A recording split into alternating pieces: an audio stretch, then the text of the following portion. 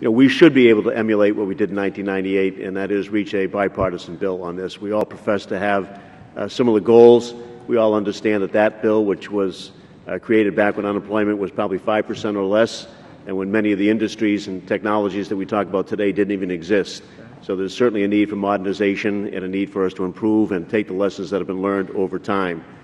I can see some of the larger issues may be difficult to deal with, but I don't think they're insurmountable. And I know that streamlining is important to some members, and my colleague to my left in particular, but I think that also ensuring that all workers, whether they're unskilled or lesser educated than others, or whether they're incumbent workers who need additional skills, or people that are very skilled that have been displaced, that all of them get the attention that they need in this bill.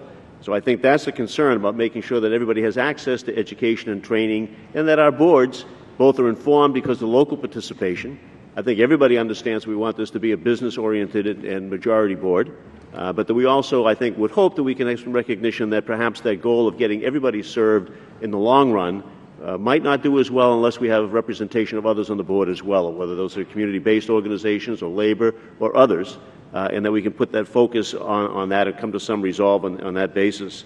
We need to make sure, not just for the immediate needs of employers, which are important, but also most of our employers understand, even though it may not be their most pressing issue, that we have to have the pipeline down the line ready. And that means, with the great diversity that we've had here that so many of you spoke about today, that even people that may not speak the language as well as we would like, that don't have the skills that we want or whatever, they need attention, and sometimes they need prioritization, so that that pipeline of employees is there for us if we want to keep strong and keep competitive. And so that's why it's important to have the right representation on boards and to have the right protections in our law for the use of money to make sure that it gets placed where it needs to get placed to move those forward.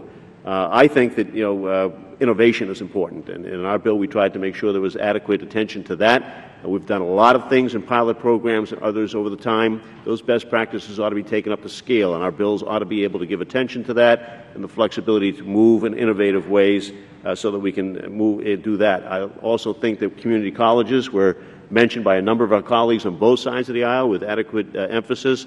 I think that that's a piece of work that ought to get good attention in this bill. The community colleges have a lot to offer, and they can participate in great ways and create both at the educational level and, in some respect, with the training level. If we get everybody, employers, employees, community people, working together with them on that.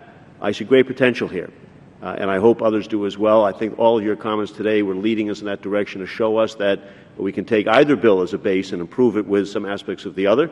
And then hopefully we'll be able to find some way to do that. And again, I want to thank you for your comments and your information today. Thank you. Thank you, Mr. Tierney.